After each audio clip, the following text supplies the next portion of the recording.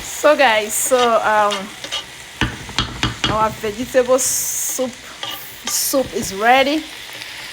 So you can eat this with rice, boiled potatoes. You can eat this with cooked plantain, cooked yam. You can eat this with couscous. Yeah, so many.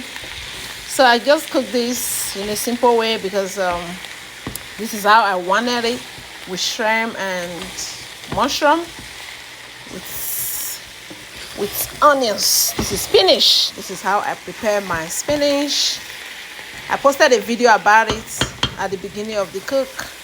I posted a video about it that I'm cooking. So this is where we are rounding it up right now. So if you like it, let me know at the comment section what you think about my vegetable soup.